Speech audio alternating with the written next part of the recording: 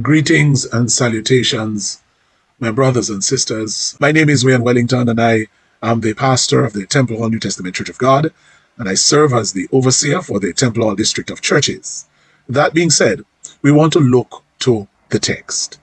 Our Sunday school lesson this week comes from the book of the Corinthians, and there are also snippets that are taken from the book of the Galatians. The truth that is being shared by the Apostle Paul, that which we call the central truth, is the fact that the Christian's way of life not only involves generosity, but it is marked by cheerful generosity.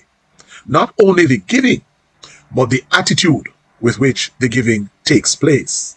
We want to look, brothers and sisters, to the golden text that says, "Every man, according as he purposeth in his heart, so let him give, not grudgingly or out of necessity, for God loveth a cheerful giver."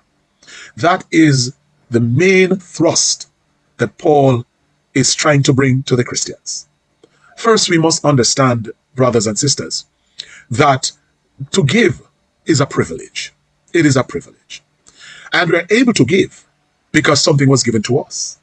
All that is in the earth is given to us, and we are to be stewards of these resources.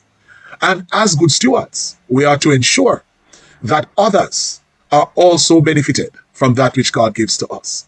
So Paul establishes in his writing here the central truth that to be a child of God means that one is obligated to be a cheerful giver.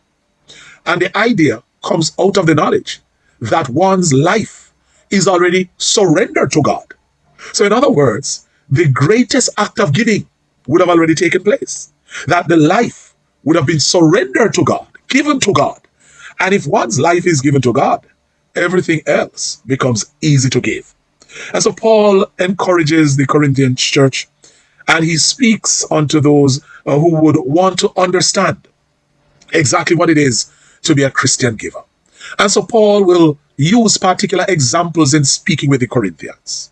He would speak to them regarding the whole idea that others across the Gentile world, in the other churches of Macedonia and in Greater Asia Minor, all of these individuals would have already shown by example what it means to be a cheerful giver. And again, be reminded that to be a child of God not only involves giving, but the life is marked by giving. For God so loved the world that he gave his only begotten Son, that whosoever believeth in him should not perish, but have everlasting life. And so Paul speaks to them regarding the attitude of giving. It is not in the amount, it is in the attitude. And based on the fact that the attitude should be correct, or the attitude should line up with that which God requires, we ourselves are called to ensure that our attitudes to giving is really that which God requires of us. Let me go a little further. Let it be that as we look into this text, that we allow this text to look into us. Have we been generous givers? And in that generosity, have we done it with the right attitude? Let us allow the sacred scriptures, as we investigate them, let us allow them rather, to investigate us. Paul allows the believers to understand that it is a part of the Christian life to be the brother's keeper. Because the individual who gives generously is showing to those who are receiving, and even those who may just be witnessing, that indeed there is a greater force to their lives than just receiving things. That which causes their lives to flourish and to excel is the fact that they receive from the Lord. And by virtue of loving him and allowing him to control the life of the Christian is able to give, and to give generously. Paul wanted to encourage them because this kind of giving not only benefited the individual, but it also formed fellowship.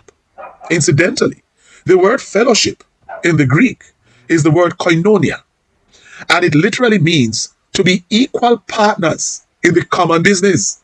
It is not about networking, and we have these fancy terms nowadays. The church doesn't work with networking. In networking, people use each other's gifts to get where they want to go. And that is a term coming straight out of capitalism. No, but as Christians, We are what? We are fellowshippers. We fellowship together and share in the common business. And so the idea is that giving within the context of the Christian church promotes this fellowship. It also enhances the Christian witness, because as we seek to help people in need, it brings about the idea of grace. So there is the fellowship of the believers, but there's also the grace that is on the life of the believer. And this grace is that motivating factor that allows the child of God to give graciously and to give with integrity. In other words, not to give to be seen, not to give to be noticed, not to give rather to fit in, but to give in order that God may be glorified. And so Paul encourages these believers to excel in their giving, to give a little bit more than they can spare, so to speak, and to allow it to be a sacrifice before the Almighty God. This giving must come out of a deep love for God and out of a deep concern for others. My brothers and sisters, it's hard sometimes when we ourselves, as some of these Corinthians were, going through severe trials, severe issues of their own, and to be hearing the preacher testifying that when I went to Macedonia, I got this great amount of resources that was given by the people. But the thing that was highlighted by Paul in the text, and I want us to remember, is that the people of Macedonia who gave, they too were going through trials. But they counted that it was still good to give to others, even in the midst of their struggle. And so as we learn from these lessons, and this lesson in particular, let me pray that we learn how to be magnanimous even in our sufferings. That even as we go through our trials, we will still be our brother's keeper. And that we will indeed and in fact be the kind of givers and representatives that God desires. Not only that, when Paul speaks to the Corinthians, as he does to the Galatians, to the rest of those in Macedonia, he is highlighting the understanding that there is a commitment that the child of God must live up to. And that is the commitment of total surrender, to the point where this surrender allows us to assist as God gives us opportunity. And so, brothers and sisters, as we look to the word, sometimes we wonder, how much should we give? Paul tells us that we should give as we purpose in our hearts. In other words, give as the conscience dictates. Don't give and feel sorry for giving. I normally say to people, it's better you don't give if that's the situation. But as you give knowing that you are pleasing God and that indeed you have done your part in the Christian koinonia, the Christian fellowship, to excel and to cause the ministry to go further. My brothers and sisters, I want to encourage us to remember that as we give as we are prospered. So we don't think too hard, because we know that the Lord gives us proportionately. And I say to us that God never demands anything of a man that he doesn't first give to him. We have to ensure that we do not allow envy or any of these things to block the blessing that God has for us. You know, I think the greatest part, as I close, the greatest part of this particular lesson, as we learn to give with the right attitude cheerfully, as we learn to give from the fact that we are Christians, we give with discipline. As we understand that as children of God, we give with commitment. I think the greatest part of this lesson for me is the fact that it teaches that God is well pleased when that is done. And I think that should be the greatest desire of us all. Not so much so what we receive when we give, but that when we give, the Lord indeed loveth a cheerful giver. God bless you. Thank you for sharing these moments with me in our Sunday school lesson. And I look forward to this lesson on Sunday morning.